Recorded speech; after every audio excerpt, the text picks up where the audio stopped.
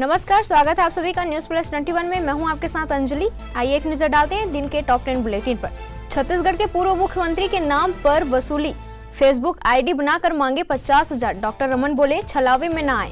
देहरादून में यूकेपीएससी अभ्यर्थियों के प्रदर्शन के दौरान हंगामा, पुलिस ने किया लाठीचार्ज। संसद भवन को डॉक्टर अंबेडकर का नाम देने की मुहिम, दिल्ली में गोलमेज सम्मेलन। नारेबाजी के बीच पीएम की 90 मिनट की स्पीच, कहा नेहरू महान थे तो परिवार का कोई भी व्यक्ति उनका सरनेम क्यों नहीं रखता।